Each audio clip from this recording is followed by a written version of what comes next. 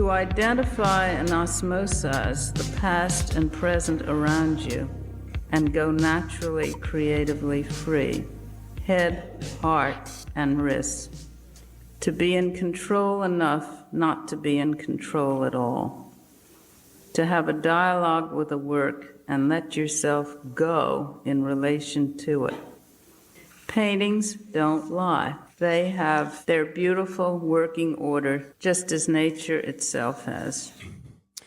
So, Ty, that was possibly one of the most distinctive voices for anybody who just started listening to this without seeing the title. Probably knows, if they know art, that was, of course, the voice of Helen Frankenthaler, of whom we will be discussing today. And we don't always have audio of these quotes, but today we have once again upped our production value, and we're going to include actual audio when available for some of the quotes that we're going to discuss about Helen today. We could have jumped off at a number of different points, but we chose this one because, I mean, heck, we could spend the next hour talking about this one quote alone. Yeah.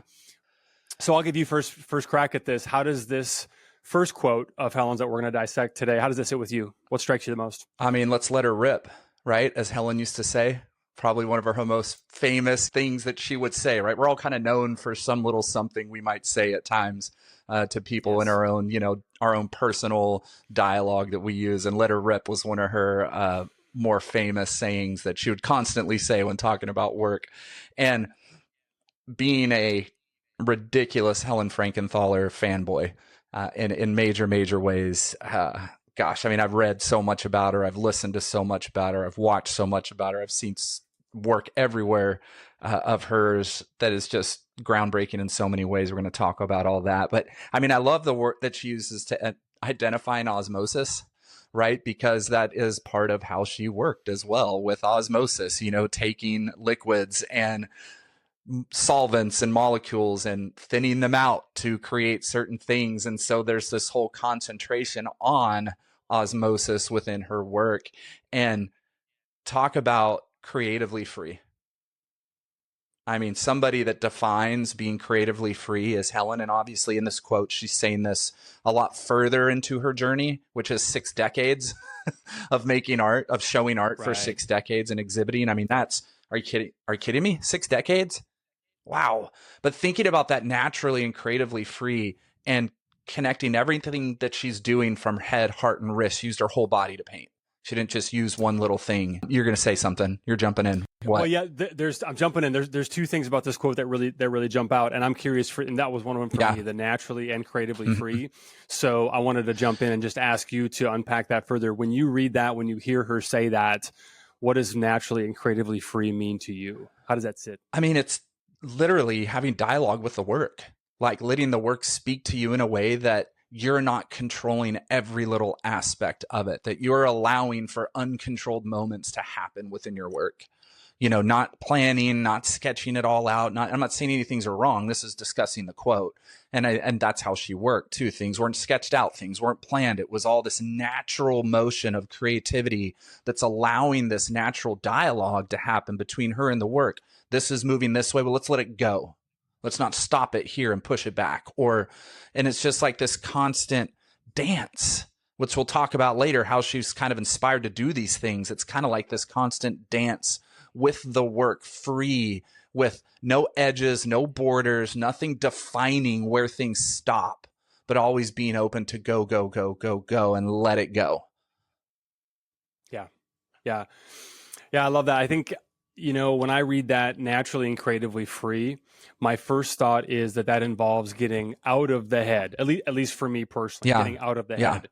And so then I think about finding that mystical place, that space between control and having no control at all.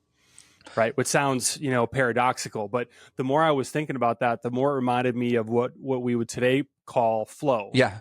I think that's probably that term, at least not in that context, probably wasn't around, back then, but it's kind of that whole idea of this sort of special place that we only get to visit for brief periods of time. But I don't know if you ever read a book called The Rise of Superman. Mm-mm. It's an excellent book. It was written maybe about 10 years ago or so by The author's name is Steven Kotler. I actually went back and I pulled a quote from it. So the whole book is about flow, and he runs it through. So the subtitle is Decoding the Science of Human Performance. Most of the data that he references is through the lens of extreme athletes. But this quote I love, and I'm going to tie them together when I get done reading it. But it says, since flow is a fluid action state, making better decisions isn't enough. We also have to act on those decisions. The problem is fear, which stands between us and all actions. Yet our fears are grounded in self, time, and space. Our fears are grounded in self, time, and space. With our sense of self out of the way, we are liberated from doubt and insecurity. With time gone, there is no yesterday to regret or tomorrow to worry about. All right, so now I go back to my initial takeaway of, all right, to be naturally and creatively free, we've got to get out of our heads, or at least that's how I read it. I got to get out of my head. Well, not so much out of my head, but out of the self. That's really what I take. Yeah. Right? So if you think about the moments when you've been in that flow state, the self really isn't there. There is no time. And I think that's what I take away from what Helen's talking about is the fact that, you've got to have a dialogue with the work, let yourself go in relation to it. Time doesn't exist. The self doesn't exist. Well, and that's a great addition, Nathan, because we're so constrained by time in our everyday lives outside of the studio. We should not be constrained by time when we're in the studio. We don't need that undue pressure of time or all these things. It's so hard. And I'm not saying deadlines. I'm not saying things like that. I'm just talking about the essence of time in itself, the minutes, the hours, the day. We're so constrained by time and everywhere else in our life. Need to be here, got to be here, have to show up for work, have to leave work at this time, get home. What's my commute? If I'm in LA, my commute's 2 hours to leave work to get home. And then I want to go to the studio. Maybe my studio's. So there's all these constraints, but in the studio, if we can walk in naturally and creatively free with, as Steven Kotler says, with our sense of self out of the way, with time gone, we're able to just literally let go of everything and just make art and let it take us. I think beautiful things happen in those moments. And that's what real dialogue is. That's what real conversation is.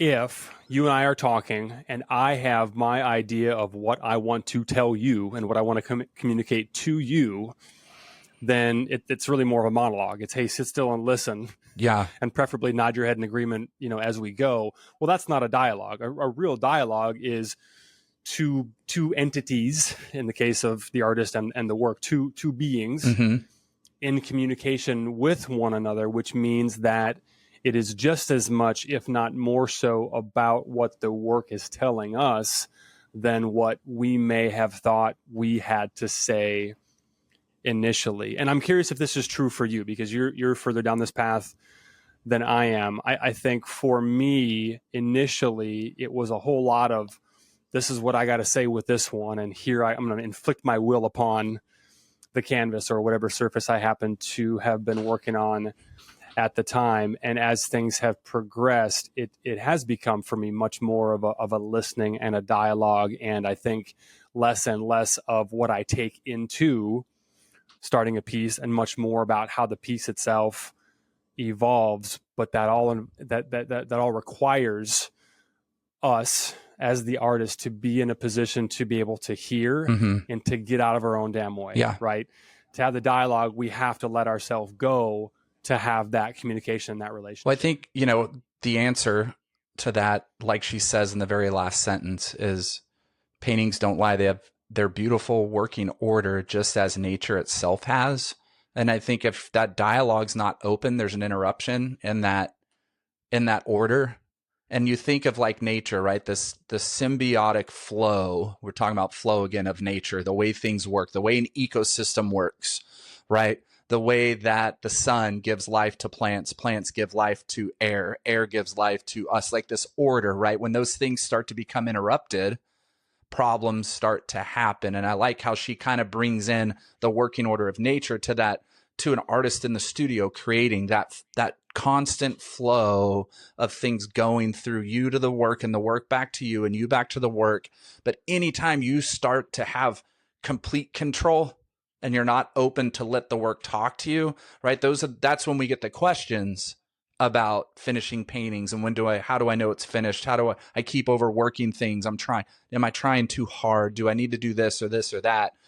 It takes time, like you said, for you to figure out how that naturally occurs in your process and in your discipline in the studio, and being open and free to what may come. You talked about earlier how it's taken you a while to kind of figure out that natural order of the way things work in that flow, right? In that dialogue between you and the work, and not having, and you're using things that you have no idea what's going to happen with them, what they're going to do when you put them on there, how they're going to react to X, Y, and Z. Is the resin going to react to this? Is the glue going to react this way? Is it going to look like the way I found it when I discovered it, when I start putting these things on there? So you have to be open and free to let the work do its thing, right? Yeah. Yeah. Well, and I think it all comes back to considering our role in the creative process, what it is, and more importantly, what it isn't. There's a couple of things that come to mind, right? So to be in control enough to not have control at all, you think about people. You think about the people that have really the most wisdom, the most influence, are rarely the loudest voices in the room. In fact, they're often the ones who are quietly observing, listening, absorbing, and waiting to come in. You and I both spent some time in the business world. It's, waiting for the person who really has enough control to have no control at all during the process, to then come in at the end and say, "Hey gang, here's what I'm seeing." And this is right. That takes control. That takes discipline to not be always chirping. The other thing that comes to mind when you talk about flow is, of course, the most obvious example in nature is, something that flows, right? So think about water. Yeah.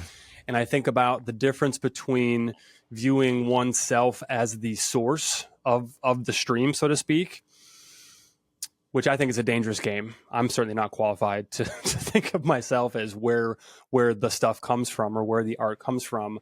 But I think a lot about being downstream from that flow, and my role as being one of influencing in some small but yet still significant ways how the flow gets altered to its final destination. So I spend a lot of time in this drainage ditch just up the way from my studio that I call a stream, where I collect a lot of my art materials. But, sitting in, I think about if I move one rock from one part of the stream to another, that alters the flow. It doesn't alter the source. Right. The source is still coming from where it comes from, but it does say, okay, here's where, let's just say I had an intentionality around where I wanted to redirect the stream. I could do that by simply placing things in. So just the perspective that comes from altering our view in the entire process, I think, is really liberating. I work in ways that I can take the control from myself. Just as you're saying, I like to have control, no control. That's almost what we're saying. Like, you do have control because you're the artist, but I like to find ways that take that control out of my hands so that there is surprise. And I like using longer brushes. I've taken that from other artists that I love because I'm further away from the canvas and I have less control with how I use a brush because I'm further away. I'm not right up close. I use cardboard to do mono printing with. So I paint on the cardboard my shapes or my marks or my gestures, and then I press them down, walk on it. And so all of these actions with the cardboard, right, it's taking control out of my hands because I may have more weight on one spot and not enough weight on the other. So less paint gets on one area and then the other. Then when I pull that cardboard off, I don't know what it's going to look like. I think I know, but I'm also allowing the material to have its own control on how it goes and moves. But then I have to react to that as well. So there's this relationship of action and reaction that is constantly going. I use my hands because I like the parts that come off the edge of a hand that I'm not purposely trying to get there, or using the edge of the brush. I want action and reaction to be constantly going from me and the material, myself and the tools, in a constant process so that they have a beautiful working order, just as nature itself has. It's our next quote. Here it is. There is a dialogue between the artist and what she is making that is yours. You're in control of it, but you also have to be ready to hear, I'm finished. Don't add another drop, stop. It's tricky. And I think very often one misses the moment. I recently made a beautiful work on paper. I came back to it later that night, sort of tired, and I thought, now it needs a little green right here. And I wrecked it. I loathe even the thought of missing that moment. You know, I've spent a lot of time in my life figuring out the ways to listen. And for me, that's in a very spiritual sense. Like, I've really spent a lot of time trying to really, really listen, silence, breathe, and listen.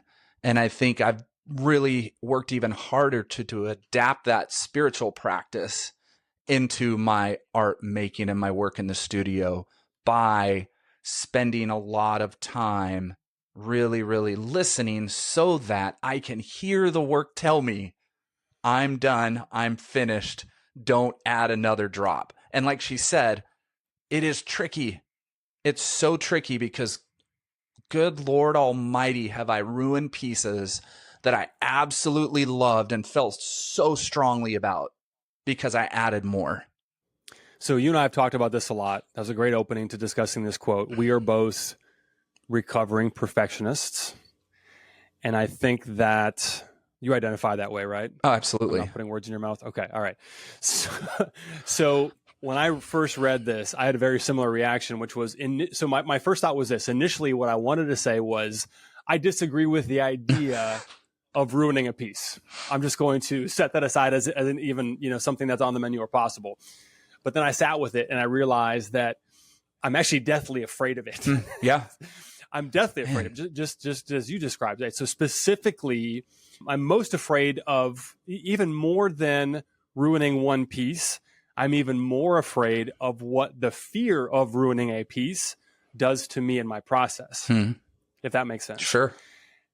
And so I didn't realize this until much later on as I was kind of reflecting on how my process has evolved. But I realized that I've built my entire process around, and materials around, avoiding that moment of crap. I went too far. Yeah. I mean, I remember distinctly, and this may have actually been around the time that I was in the mentorship program when I started to use this build up texture and sand things down. I only did this once on one piece. This was actually the moment I decided, all right, canvas is not for me anymore. Yeah. As I was sanding something down to get a certain effect. And you can't sand canvas much. Yeah. You put a hole in it, and I did.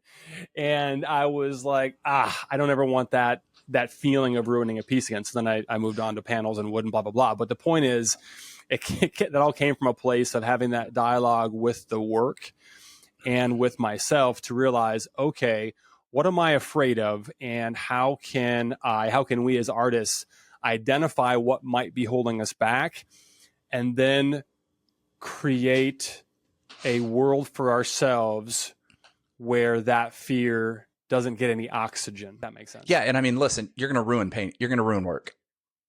Bottom line, we're all going to ruin work. We're all going to make work that we overwork and looks like crap and it's horrible. We're not happy with it. We move on to the next thing, right? And I think for me, that fear of like ruining pieces came twofold. Because in the beginning, when I would ruin it, it was a cost thing that hurt me more than it did the actual work. It was, I just wasted money because I put a lot into that canvas. I bought the canvas, bought the paints. That paint's gone. Can't do anything with it. It was a cost thing. It was like, I can't do this. I can't afford to keep ruining paintings. And I was young, and it's like at the end of the day, you don't realize when you're young, you're going to ruin paintings your whole life. That's just the process to get to where you want to go. But then when I had the ability to have enough medium and things that, not that I'm wasting it, but I didn't have that worry of using stuff I can't use anymore because I ruined the piece. It was more about learning and understanding, not learning, understanding I'm going to ruin work, but how am I learning from what I ruined? And I think for you, if you hadn't ripped that canvas, maybe you would have worked on canvas for another 6, 8, 10 months or a year. If you hadn't ruined it physically, it might not have taken you that next step to go, I need to find a different medium. I need to find a different base. I need wood, metal. I need something that can hold all this, that I'm doing on it. So everything we're doing, we talk about this all the time, artists, everything that we do is a constant act of discovery and learning. And you're going to miss moments.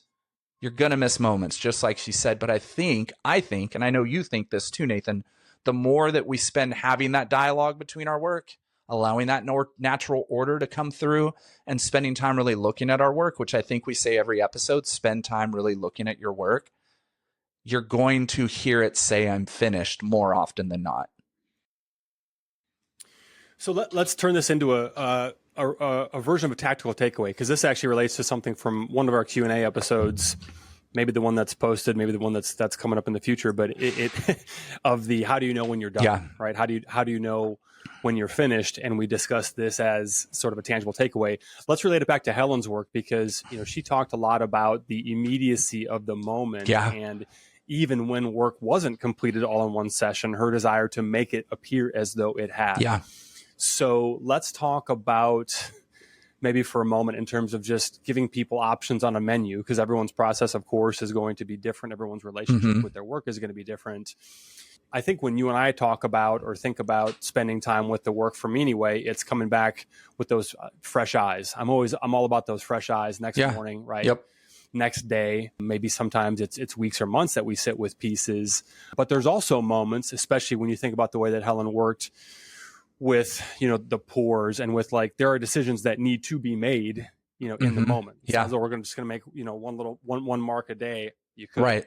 But it's not right. It's not as though we're just going to make little micro marks along the way, and 7 years later we've got our first completed piece. So, I guess, what are your thoughts on how we can, alter or just consider our relationship with the time domain in that dialogue, in the sort of question and answer relationship that we might have with the work? Yeah, that's a deep one.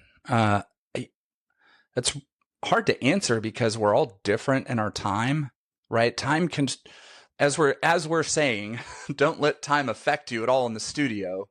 That's very relative, because some of us have 8 hours a day. Some of us have an hour a week, right? And so I think it's really what we do in that space. Let's change time to space. Let's get the word time out of our heads and say, in that space that you have to go make art, it's really going to be how you are able to use that space to really create. And that's really difficult the less space you have in your life to make art, because you almost feel forced to make something and finish something in those moments because you don't have a lot of moments to do it. And so, what would you do? I think of it this way, so there's a balance, right? Sure. The moment, if we're saying that there's only one, which I disagree with, that there's only one moment, just like there only being one soulmate, right? There's a window, let's just say, right? So on one extreme is we don't push the work far enough, right? There's a risk on the other side. Right? There's a risk in I don't want to do anything else because I don't want to ruin it, which is a fair concern, right? So that's the risk on the one side of the equation. On the other side of the equation, it's the risk of, what Helen describes. I went too far. I messed it up. I ruined it. In fact, the rest of this quote, and we'll link this in the show notes, but the rest of this quote, she says something to the effect of, she gives an example of a recent time in the studio where she wanted to add one more thing. And I wrecked it. She says, I wrecked it. So I guess if we have to choose between erring on, one side or the other, that I guess I don't even know if there's a question in this, but it is a consideration to think about. Do I want to err on the side of not pushing it far enough or pushing it too far? I made a decision early on where I'm always going to orient towards B. Sure. I'd rather risk wrecking the piece that I'm working on right now in service of where it may lead me, down the road. At the peril of whatever piece I might be working on, at the time. But I don't know if that's just my personal experience or if that's something that I would frame in the context of advice for somebody who's looking for it. This is all kind of career based too, because in the beginning of your career, you need to be ruining a lot of shit. You need to be just going as far as you can go, right? With your medium, with your materials, because you're experimenting, you're trying to you're trying to figure it out, which we're going to talk about in a minute. With Helen figuring Helen out, after something really inspired her. So in the beginning, yeah, I ruined a ton of stuff. Was it cost effective? No. But was it growth effective? Yes. Because if I was just trying to control and in that moment or in that space make these things that looked good, right? The relative term good, they looked decorative, that maybe I could sell, it was really going to hold me back from advancing career-wise years down the road. We talk about that time that it takes on that art timeline of make, discover, make, experiment, discover more, and then grow into something that will fit or that will be discovered. So I think in the beginning, yeah, we need to be ruining to get to the point where we're able to really discover ourselves and figure out what we're doing and how we understand our materials and that dialogue with our work. Can't have dialogue with our work until we start getting there. But that's not like that stopped. Absolutely. For you. You're still pushing your work. Yeah. But I think I have years though of creating and making where I understand me. I understand how the work is going to take me somewhere in the process. And I watch and I look and I let it go. Right. And I've also learned that it's okay to paint on the back of a canvas. It's okay to turn it around and paint on the other side and then sell that or put it in a gallery. You know, I've got so many of my paintings have paintings on the other sides or that I painted over multiple times. You know, I'm not throwing stuff out and wasting. I'm using it. I'll cut it up, fold it, put it in another canvas, use it for a sculpture, all those things. So you're able to continue to move through the things that may be ruined or you go too far with. But I think it becomes gradually less over time. I guess that's the good way to put it. The ruining paintings is always going to happen, but it becomes less and less and less of an issue the longer you're in the game making art. Or you can just build up layers. And I do that constantly. Yes. But I think what went into all that was getting permission from other artists to do things I didn't think I could do. Right? Seeing a Picasso painting in the Budapest National Museum of Art on a pedestal that had a painting behind it. And going, oh, I've never thought about just turning the canvas over and painting on the other side. Right? Those things just, and then seeing the layers that they do digitally of some of the masters' paintings, and they are discovering 3, 4, 5 paintings underneath it. Yeah, of Da Vinci's work or Michelangelo's work or other, masters' work, and going, oh my gosh, there are these layers, archaeological layers of paintings underneath. They painted over. Oh, well, just keep painting on top. Why not? So, but sometimes you just kind of need to hear or see that happen in order to go, oh, I could do that. Yeah, so that actually parlays well into our next quote, which is, we don't have audio for, so you have to settle for my voice, but so that actually leads us well into our next quote. We don't have audio from Helen on this one, so you'll have to settle for my voice, Ty. But she said, you have to know how to use the accident, how to recognize it, how to control it, and ways to eliminate it so that the whole surface looks felt and born all at once. And so this would be a supporting quote to what I had referred to later in terms of what seems to be one of Helen's sort of governing principles or goals with at least this period of work, wanting everything to feel born all at once, which at one time, especially early on, in the 50s, was one of the criticisms of her work. I mean, she pushed back against the idea that every piece had to be this, epic struggle that took place over, a long period of time. But I think this just plays well with the first couple of quotes that we shared, in that the word control appears in all of them, along with the idea of controlling an accident. I mean, it's paradoxical, the whole idea of I'm going to control an accident. Yeah. If you cause an accident, it's called an on purpose, right? It's not called an accident anymore, And so just thinking about this whole idea of the relationship in the work between the accident. And I like that whole idea, and I'll toss it to you, but the whole idea of how to recognize it. Yes.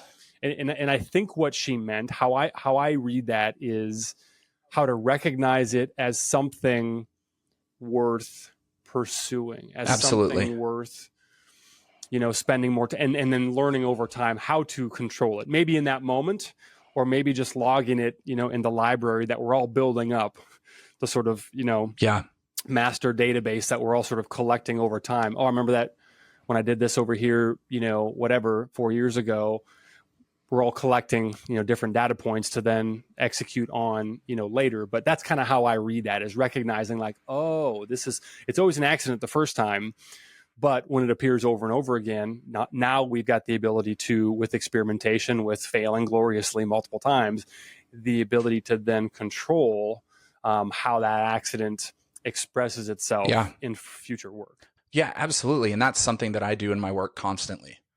Those little accidents that happen, like let's say I'm painting on cardboard and I paint my gesture and then paint kind of drips off the edge of the brush or my hand and it gets on a wrinkle in the cardboard. So then I press it down, I put my weight on it, I dance on it, whatever I'm gonna do, I pull the cardboard up and then I notice something, whoa, that wasn't supposed to be there because it doesn't fit into the gesture I was putting, but because of the torn and wrinkled cardboard right there, it created that. So now I tear and wrinkle pieces of cardboard in my big sheets of cardboard so that I get those moments over and over again because I found beauty in that moment. And early on in my work, if I had a mistake where the pencil would hit somewhere, I'd smudge something, I would circle it and I'd put a little arrow and I'd write oops or mistake or accident and I would highlight them. And it was a way for me to have fun with the fact that I dropped paint there, or maybe it had an edge of a shoe mark or something, and I'd put an arrow and go from my shoe, and I'd make these little things. But I started to embrace those things, and I kind of stole a quote. I believe it was Leonard Bernstein that said this. I'm not positive, but all art is cosmos in the chaos. Yeah. And I've kind of put that in. I want my art to be cosmos in the chaos. I am making cosmos in the chaos. I want the accident, that chaos, to be in the beauty of the cosmos and everything that I make. That's part of one of my goals while I'm working, is to discover those moments and make them leap off the canvas, or as Helen put it, make that surface look felt and born at the same time.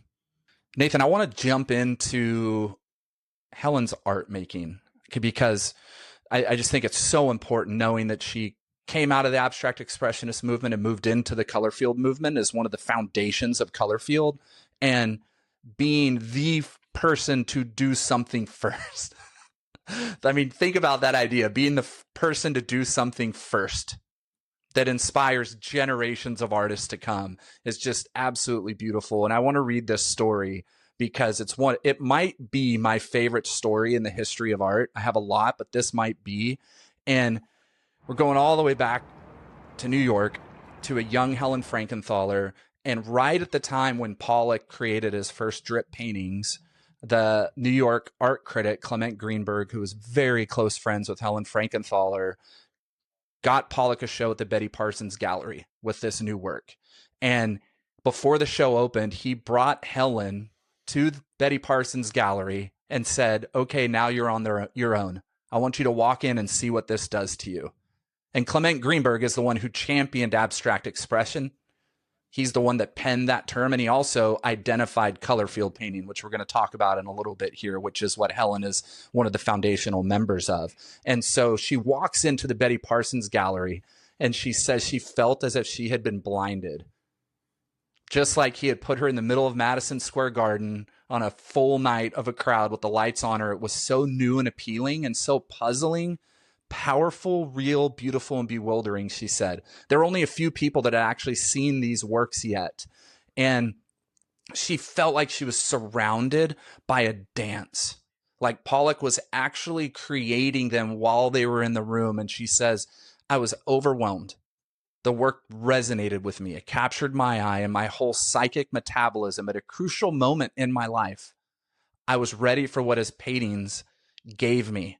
So she was 21 years old at this time, and she was really searching for a way to express all these things she had been learning with all these artists around her, conversations with Clement Greenberg, all these things. And she believed she was capable of something very and utterly original, something like Pollock, but she wasn't really sure what that was going to be or do yet. And she says, Pollock opened the way for me to be freed and to make my own mark.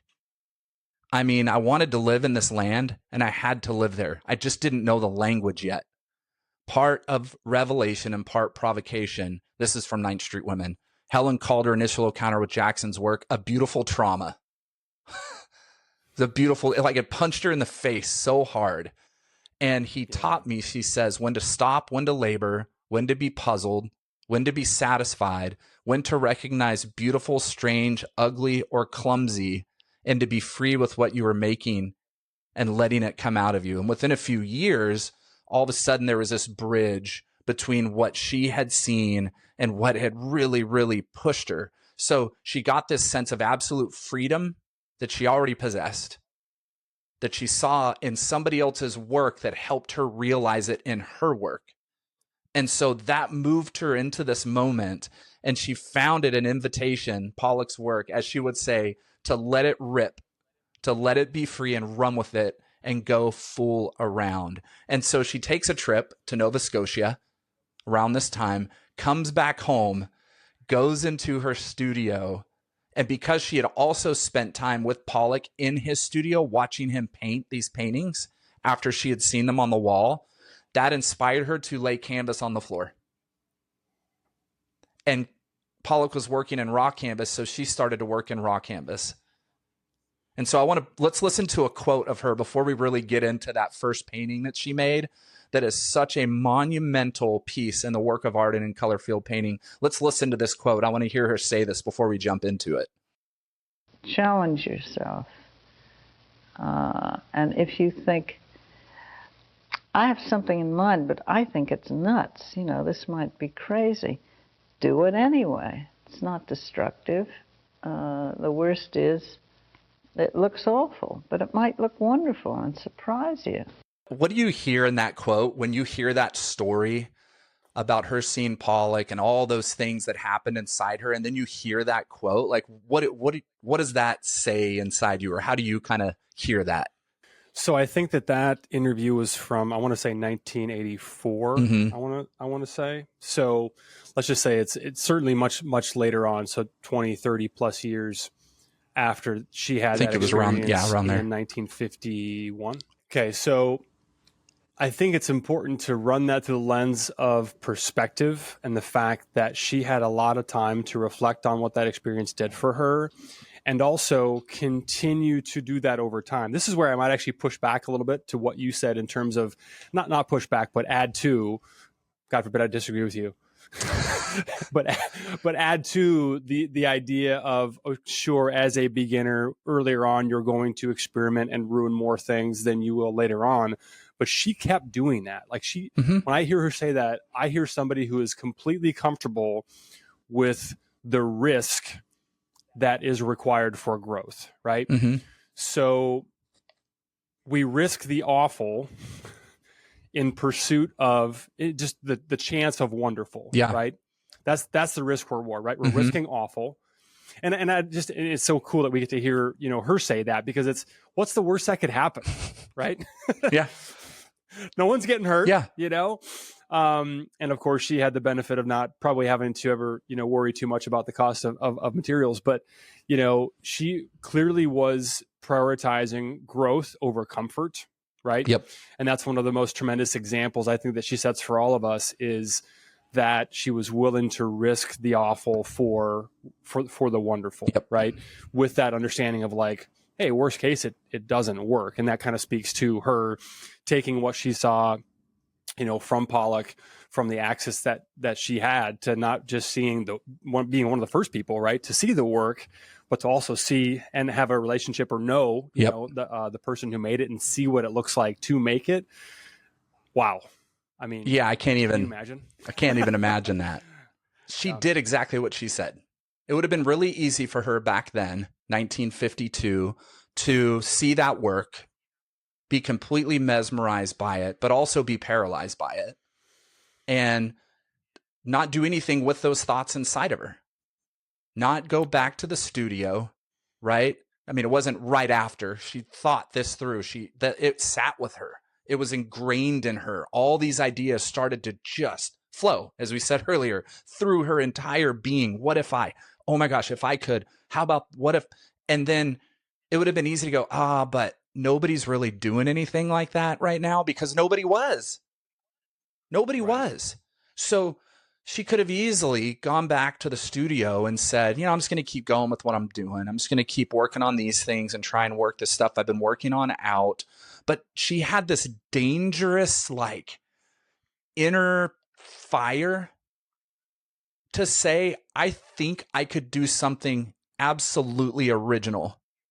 That's a very bold thing to say as an artist. That's the word that keeps coming up over and over again, just the boldness that she had. I mean, let's keep in mind that at this point, she's 23, 24 years old. Yeah. Right? She's like a year or two removed from art school. Yep. This is not somebody who's a decade or 2 decades down the path and has that sort of self-confidence to know that I can try new things and come back to what was already working. She didn't have, there was no baseline of established body of work or being known, or et cetera, before she went ahead and did that. Right. Obviously is coming through the birth of abstract expressionism. So everybody that she's around, their minds are churning in a dangerous way, in a way that wasn't accepted, that was very punk rock of them. But they had champions like the Clement Greenbergs and the Leo Castellis and these people of the art world who were embracing what they were doing and supporting it, and Betty Parsons giving them chances, because MoMA wasn't. MoMA wouldn't show their work, a lot of those artists' work at that time. And so they're doing something very punk rock, but it's energizing, right? Punk rock is energizing. There's this peer influence to thrive amongst each other and be competitive and outdo and race past and all these things. So she runs home back from Nova Scotia and starts putting all of her paints in oil cans like Jackson did, in these cans and coffee cans. She's putting her, and she's watering them down and making these different things. And then she starts pouring them onto the raw canvas. Yeah. But also think about where she just was in Nova Scotia, looking at the water, watching the water move, being influenced by the way, water moves across the land and these things that she loved looking at on a regular basis in life itself. But that influence, how can I create these ideas and these moments? And then she watches them spread and soak into the unprimed canvas. This all keeps coming back to water. It all keeps coming back to flow. Her pour techniques, right? The flow. Yeah. She was a part of and this actually speaks to her being part of the second wave, right, of abstract expressionists, where she was, 10, 15, 20 years younger than that first wave, right? Think about the, Irascibles and everybody sort of in that first, whatever generation, that first wave of abstract expressionists. She was able to take what had already been done and not just sort of join in the wave, but become completely her own thing. Well, and she was in that wave, right? Because she's hanging out with all of them at, Cedar Tavern and listening to the conversation. She's in the studio. She's very influenced by Lee Krasner with her marks and lines. And then Gorky, Ashar Gorky, was somebody that was with them all the time, and they were in each other's studios seeing these things, right? That's why she was able to be in Pollock's studio and watching him work, and people. And that second wave of abstract expressionism was really the birth of Colorfield, right? So it was those artists that were in that abstract expressionist school of art that kind of moved their direction to kind of be anti that complete emotional, hardcore AbEx thing. They kind of moved into a more spiritual and more broader sense with things. And you have, right, Rothko, we talked about Barnett Newman and Clifford Still. They're the most known, but they use brushes, and they were easel or wall painters, right? So then you look at what they would call the purest forms of color field emerged from Helen. And this is something that I did not know, that I learned recently, that year in 1952, Clement Greenberg invited Morris Louis and Kenneth Nolan to Helen's studio to witness her technique of staining raw canvas. Wow. So you think about those names are thrown in there, right, with Helen for those color field painters, the purest form of it. Sam Gilliam, Alma Thomas, they're all kind of in that realm. But the fact that Clement, who brought Helen into Pollock's show, that jumped her to that next level, he then brought Kenneth Nolan and Morris Louis into her studio to see what she was doing. And what did they do? They ran out and started staining canvas and taking those ideas to their new way. And this is where they both saw this absolutely groundbreaking painting, historical painting, Mountains and Sea. This was Helen's first piece, with her experimenting with all these ideas of raw canvas and pouring and things onto the ground to create the piece. And the piece is Mountains and Sea. And what I love about this piece is this was that first one in 1952. And you can see the influence of her as well. You can see Kandinsky and Astral Gorky and some Joan Miro and these things, these other people that she admired with Helen starting to come out. And over time, obviously, this totally evolved. I loved it. Let's look at it, Nathan. We take a peek at Mountains and Sea and like look at this. I've never seen this in person. Someday I hope so. And this is oil and charcoal on unprimed canvas. And so raw, put out on the floor, she started pouring and dripping, and you can really, really feel kind of that witness of Pollock's dance, because she's walking into the canvas and she's pouring and moving things around, and you can feel the motion, right? You can feel this movement, and she still has some of that early that AbEx mark making, right? That's in there, those lines, those Gorky lines or Kandinsky shapes and things mixed within. What do you feel when you look at this piece? What jumps at you? I think, I mean, it's really difficult to answer that question without what you already referenced, which is just the historical context of nothing like this had been made right before. So let's just set that aside for the moment. Yeah. If we were seeing this for the first time today, it would absolutely hold up as a tremendous piece of art. Yeah. Right. Now let's bring it back. On its own, without the historical context, it's extraordinary. So let me just speak to that, right? Like, I love this is a great example of these sort of, titles of hers that would reference, certain figurative things that, apart from, like in this case, maybe some of the charcoal marks, referencing, the mountains. Certainly there's plenty of blue that would represent the sea, but beyond that, without that title, if this was, untitled 1952, it's not as though you and I would stand in front of it and say, oh, that's for sure some mountains and some sea, right? Yep. And so that's one of the things. This is a great example of just a lot of her work, which was definitely influenced by landscapes, by the natural world. But yeah, just the diversity of marks, and just the fact that people that were seeing this for the first time had never seen paint make these types of marks on canvas, because it had never been laid flat, at least not this way, right? So she borrowed Pollock's technique, but obviously executed it in a very, very different way. You wouldn't set this piece next to the work that Pollock's most known for, and the work that he was doing when she sort of borrowed this technique, and say one was influenced by the other. But the fact that she borrowed that method versus the style, I think, is just another sort of takeaway or a case to be made for the benefits of diversifying our influences, which is something that we've discussed on previous podcasts. Well, I think this is what I love about studying art so much. This is what I love about digging into books and seeing a piece and then seeing something else and going, hold on a second. What date was that? Because for somebody that doesn't really study art or research or look at it, you're going to see one, you're going to see the other, and you go two totally different paintings.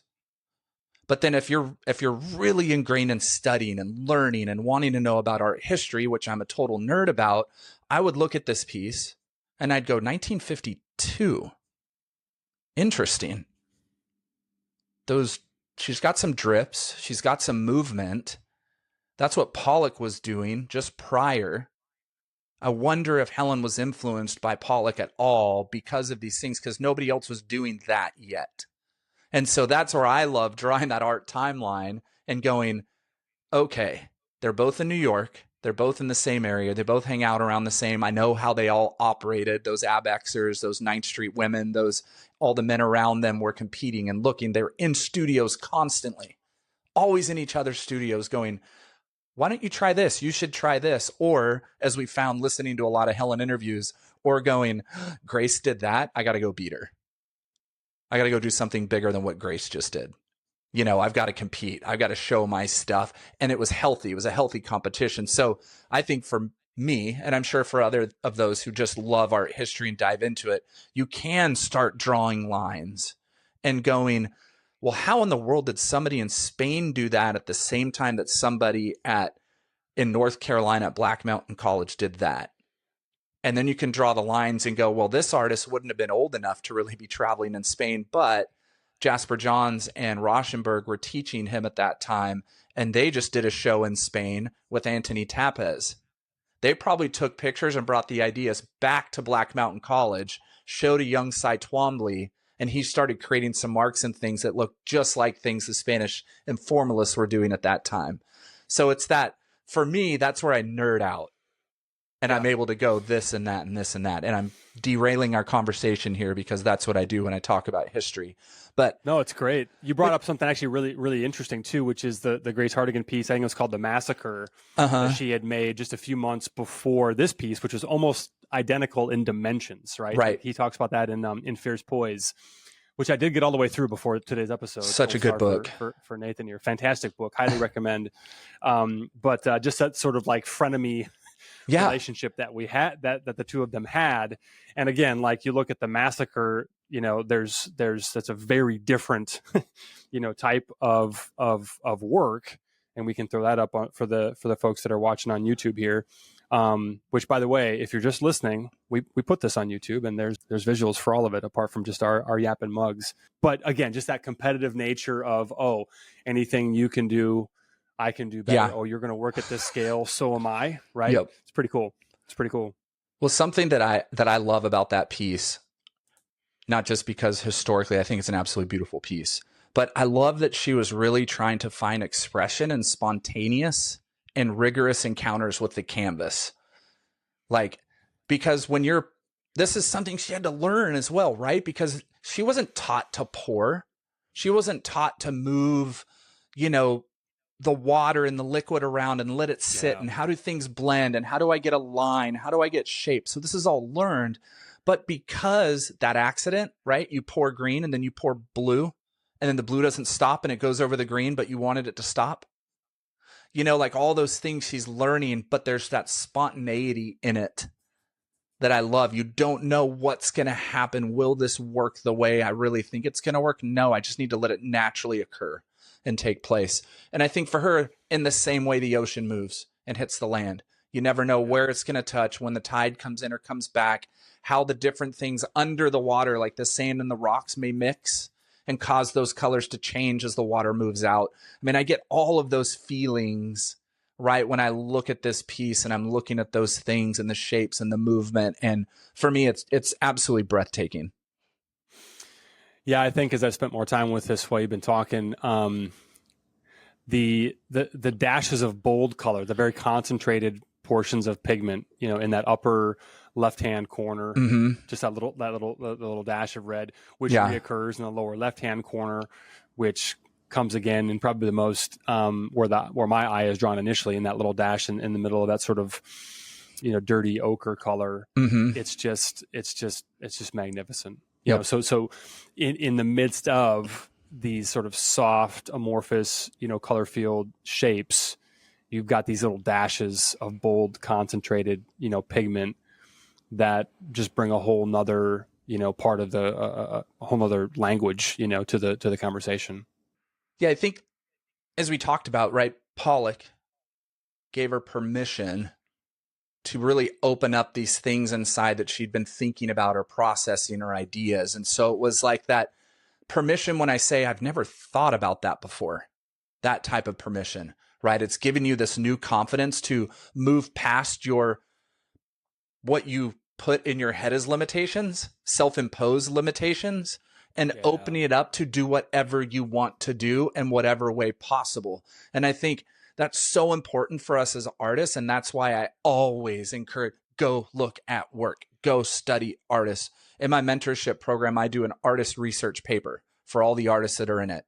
And I take the artists that they love or are inspired by, I look at their work, and I create often a 5, 10, 15-page document that has artists that are similar to those they love or that inspired them, or artists who have similarities to their work, so they can dive in and realize you can do whatever you want to, but let's still take ideas from these other artists because they feed into the permission they're giving us to explore.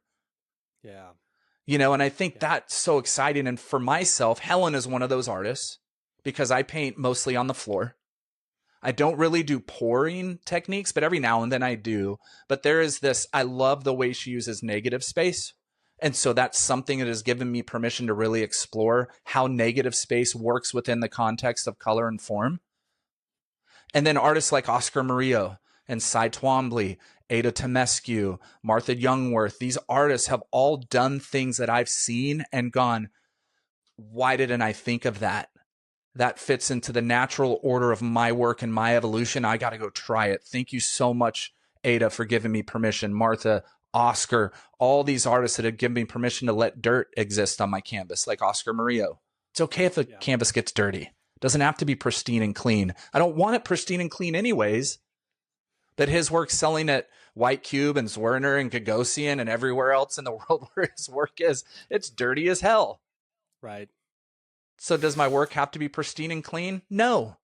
So I don't know. What about who has inspired you? Do you have artists that have really like opened that whole gamut up for you of, thank you for giving me permission to do that? Well, there's a moment in particular that jumps to mind.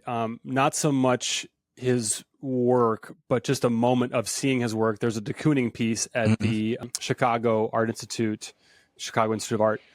And I remember really getting my nose into it. It's part of their permanent collection. I think it's up all the time. You can really see, as with most of his work, the chunks, the bits from that was stuck on the brush, right? Yeah. The brush hair, all of those little things. And up until that point, I had really been very, again, when I was still engaging more with the perfectionist in me, I was very, anal about like, oh, I wouldn't want that to show, or that color's not from this piece. Let me remove that or cover it up. And I was like, no, that's what's beautiful about it. That's the human touch. Yes, the humanity within it. Yeah. As we continue to get further into the world of AI, I think that's going to be even more important and more valuable to us, is that tangible human touch, And so that was one of the things for me. And that became a mantra that I still hold on to, which is show your work. Don't be shy about the marks that weren't perfect or the things that weren't even supposed to be there. Because again, back to Helen, when she said, I'd rather risk an ugly surprise than rely on things I know I can do. Right. Yep. I go to Mark Bradford. That was one of the things when I saw, his quote of, if Home Depot doesn't have it, Mark Bradford doesn't need it. Yeah. And I was stuck in that mode at that time of, I've got to use traditional materials. They've got to be, archival. I need to go to the art store and make sure that, right. And I think when I saw that, I was like, oh, yeah. And by the way, and this is something too that Helen spent a lot of time in her later work experimenting with different things like rakes and sponges, and just different diversifying ways of making marks and applying paint. I always that's one thing I got from Bradford, right? Is just like down every aisle of Home Depot, there's something that was made for everything back there in my studio. Yeah, with very few exceptions, was made for something else. Yep. And so just by virtue of the fact that I'm misusing the tools, not misusing, but using it for certainly not its intended purpose or the material, it's going to produce, something different. I think a lot about when you bring that up, Alberto Burri, one of my absolute, love him. So just like, you can, plastic absolutely is an art material, you know what I mean? But the list goes on and on, but that permission is huge. And I think that, for the listener, if you're waiting for that thing, that little idea, that little seed of what if I tried this, that you have, if you're hearing my voice right now, that you have in your head that continues to kind of whisper, listen to it, try it, do it. Yep. We don't need permission. But if you were waiting for it, consider this the moment where you're being given permission to go ahead. Not that you need it for me or anybody else, but just like do it. Yeah. Try it. You never risk the ugly surprise rather than continuing to rely on things you can do. Back to that Helen quote. Yeah, I've got a quote for you that I just want to share that popped in my head from Julian Schnabel. And he says, one thing gets born out of another. I work with things left over from other things. I love that. And thinking about, and that's for all of you out there with what Nathan just said, one thing gets born out of another. So, explore those mediums, explore those new tools, explore those things, because something else will be born out of what you think you're going to do with what you're doing. What pops to mind when I hear that is I've never tried this, but I've got friends that make their own kombucha. Mm-hmm. Yeah, same. Are you familiar with that process? Oh, absolutely. like the mother spore or something like that. Yeah. I mean, it's not that exactly, but it's something that is required from previous batches to like whatever birth or start. Yeah, like sourdough. Like sourdough bread as well. Yeah, like bread. Yeah, same idea. That's interesting. The thing that produced the things before is the seed, or at least the starting point for what's going to come next. I love that. Well, and I think too, part of this is if we're going to move, I want to move into audience real quick, because I think this is a good point to move into, because if we're considering the audience all the time, then we're going to completely put a wall up for all those things we want to experiment with and all those things we want to try that are new, because we're so worried about what others are going to think about our work. And I think that's something that was very special for Helen, is she didn't give a shit as she got older, especially of what people thought about her work. I mean, I'm sure she did. I'm sure that she did, because we're all humans. So we get the bad review or whatever, we're going to go home and think about it. But it never, ever stopped her from exploring and continuing to kind of push the boundaries she had around her and keep creating what she wanted to create. And I think we have a great quote about that, right? You're a great speaker. I love your voice, but yeah, I'd rather listen to Helen anyways. Let's default to Helen. Too much of a sense of audience is very dangerous for an artist. I often feel when I'm sending a painting out of the studio, nobody's going to like this. They're going to love that, but they're not going to like this. Sometimes I'm surprised, but I always feel I can't help it if they don't like it, because I'll stand by it because I think it's good. It's who and what I'm about. What do you think about that? I'm going to let you go first. I'm ready to go first. Yeah, this is really interesting. I think this is again for me part of the value of spending time with the biographies, the autobiographies, whatever we can dig up and find about the artist, because I go to this. There's a difference between, from a distance, if all we had was Helen's work, her legacy, and these sort of top 20 quotes in a bubble. Mm-hmm. We would think that she was declaring absolute truth and descending from the mountaintop to distribute it to everybody else. Okay? Mm-hmm. As opposed to reminding herself every time she says it of something that she needs to be reminded of, right? And so I think about something like Marcus Aurelius' Meditations, okay? So all the wisdom in that, it's now a book, it was just meant to be his personal journal, was him reminding himself of things that he needed to be reminded of. Hey, dummy, the bed is warm. You're going to want to stay in it, in the morning. Yeah. Get up anyway, just as an example, right? So here, this is an interesting exercise. I'm going to reread that quote that she just said as this absolute truth statement. Okay. Too much of a sense of the audience is very dangerous for an audience. I can't help if the audience doesn't like it, because I'll stand by it because I think it's good. It's who and what I'm about. That's very declarative. That's just, here it is. You're welcome. I'm going to reread it in its full context, which is what we just listened to. Okay. Or actually, better yet, let's just replay it. Yeah, let's listen to it again. Okay. Too much of a sense of audience is very dangerous for an artist. I often feel when I'm sending a painting out of the studio, nobody's going to like this. They're going to love that, but they're not going to like this. Sometimes I'm surprised, but I always feel I can't help it if they don't like it, because I'll stand by it because I think it's good. It's who and what I'm about. So here's why here's what I take from that, and why I wanted to kind of dissect that and break it down, right? So if we take that middle section out where she acknowledges, I often feel no one's going to like this, right? I'm surprised.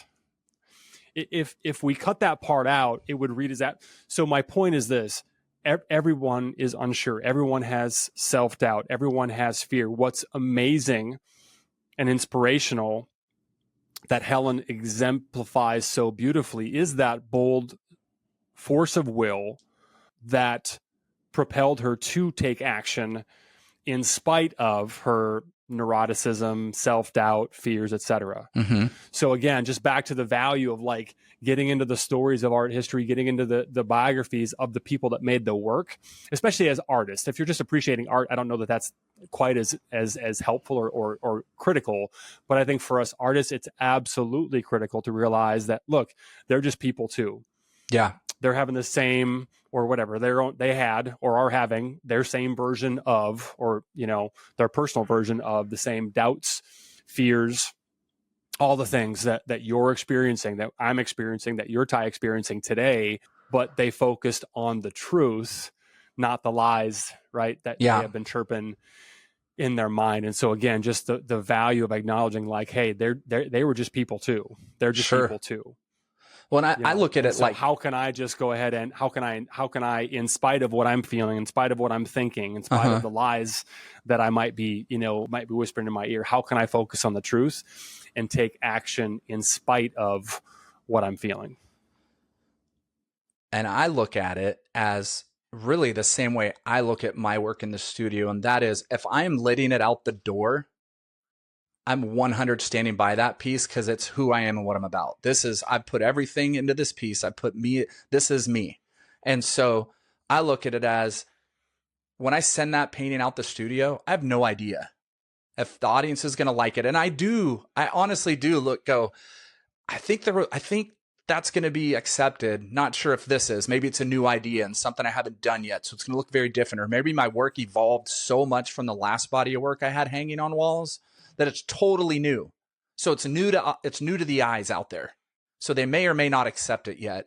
But if I'm letting it out there, I'm absolutely confident in it. It's who I am. It's what I'm about. And I think it's good. I think it's strong enough to go out the door. And I look at this as her saying, but if I'm thinking about the audience so much, now my confidence in what I let out the door is going to be lesser. And I'm going to be more worried about how they're viewing it rather than if I'm really confident in that work of art. And that is what pushes the artist further. That confidence, right? And ignoring the audience, but the confidence in your work, which is something that her painting stood apart from her quest for recognition and sales. Well, and there's something baked into what you just said and Helen's quote as well, which is you're going to have a sense of the audience at some point. Sure. It's not a matter of if that thought's going to cross your mind. It's when you allow yourself to spend time with it. Yes. So for her, it was when I'm sending a painting out of the studio, right? Yeah. You just said something very similar. Once I'm done with it, once I'm confident enough to put it out into the world, then maybe we think, oh, I'm not sure, or we'll see, or I think they're going to like this one, or they're not going to. But it's that while we're making it, certainly is not the time to consider what are people going to like. Yeah. Well, and we started this whole conversation off with her quote about being naturally and creatively free when she's working. And she mentions in a quote about the audience, she actually says that when the artist reveals their concern for the audience, then that creative process is no longer pure. You are losing the freedom. Wrong. Yeah, there's something. Let me read it. Yeah. When an artist reveals his concern for the audience, she said later, there is something wrong, something cynical, and the creative process is no longer pure. Yeah, there's something else controlling the direction of your work other than yourself at that point. Right. And that's dangerous. Mm-hmm. That's a very dangerous place to be in, and for an artist that wants to grow over 6 decades, looking at Helen, 6 decades, 60 years of exhibiting art and growing and changing and developing ideas and things within her work. It's like, man, you want that creative process to be pure so you can end up staying in the game and constantly creating strong work rather than, this is a hard conversation. I mean, this is almost like 5 episodes worth to even go into that, because you have artists like the story of Rothko and Still meeting on the street, right? And Clifford Still calling Rothko out and saying, you're a sellout. You're no longer exploring. You're no longer who I know. You've become somebody different. You're no longer free and exploring and doing all the things we sat at the table and talked about in our youth. You've sold out for the billboards and for the fame and the money, and so it's like there are two worlds there. There are two worlds there, and it's really your choice on where you exist. And I'm not saying either is wrong, because we need to make money as artists. we need to survive. So it's just something to really, really think about. Do you want the audience to control your work and have that much of a voice or not? I choose not. I do as well, but it's also important for us to acknowledge that, back to, I think, our one of our previous, I guess this will have been our last episode on the Q&A side. It depends. For each individual, for every person to decide, like, what are your goals? Yes. What's your purpose? What are you trying to do? Right. But this actually leads really well into our next quote. It's almost like we planned it. It's almost like we did. Art has a will of its own. This is a Helen quote. Yeah. Art has a will of its own. It has nothing to do with the taste of the moment or what's expected of you. That's a formula for dead art or fashionable art. There are no rules. That is how art is born, how breakthroughs happen. Go against the rules or ignore the rules.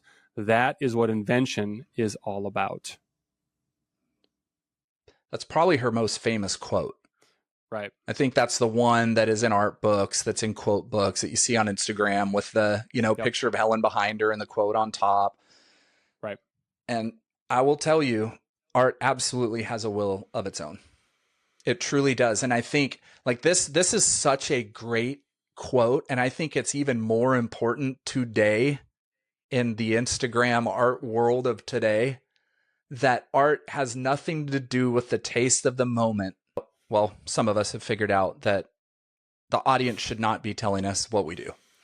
The hot Instagram trend, all those things that are the audience, like, they shouldn't be pushing us in our work and doing what we want to do. But our artist friends and our artist network should be a healthy competition of outdoing, outcreating, finding new things, finding new moments, pushing each other, driving each other to test, to try, to push things out. And I love this quote from Fierce Poise, where Alexander Nemirov writes, "But in every other respect, her painting is a riposte to her friends. As she put it years later, back then, an artist could see another artist's work and say, 'I love what I just saw in your studio. You know it, and I know it. I'm going back to mine now, and I'm going to knock your eyes out.'" I love that she says, "You know that I love it, and I know that I love it, and now I'm going to go back and I'm going to kick your ass. I'm going to outdo what I just went, wow, that's so amazing. I have to run back to my studio to outdo you." Like, that's a healthy sense of drive and competition that I think we really lack today as artists, because we don't have that ability as they did to be in each other's studios so often that they are inspiring and pushing each other in a way that's making them sprint, right? I think today we have the ability to see more art than we've ever seen in history on a regular basis because of the internet, because of technology. But to be in front of art, obviously, right, Nathan, we know how much different it is to experience your work in person or my work in person, being in the studio and looking at it. I got a couple thoughts on that. Yes. One is, let me just say what I'm imagining. Hold on, let me listen into the future to what some of our listeners might be thinking right now. Let me see if I can pick up on that frequency. Yeah, I think I got it. But Ty, I'm not a competitive person. I didn't get into art to be competitive. I don't like being competitive. Are you wanting me to answer that? Yeah. Yeah, my answer then is sorry. Hey, just for future, when I pick up my glass and I go, like, no, I know that's for sure your turn. I was being a smart ass. There. Do you want me to be the jerk and say this out loud? I'm sorry. You better have a sense of competition if you're going to go into the art world, or you're going to get eaten alive. And when I mean competition, I don't mean I'm going to win. Yeah. I mean competition is in a healthy confidence that I'm as good at or better than those artists on the wall. And so you, Mr. Gallerist, Mrs. Gallerist, should be taking a chance on my work. That sense of competition, not the, I want first place. Or, I'm talking, I want to make work so strong that I have a confidence to go in and go, my work should be on your walls because it is as strong as the work on these walls. or stronger, and be confident enough in yourself to say it out loud.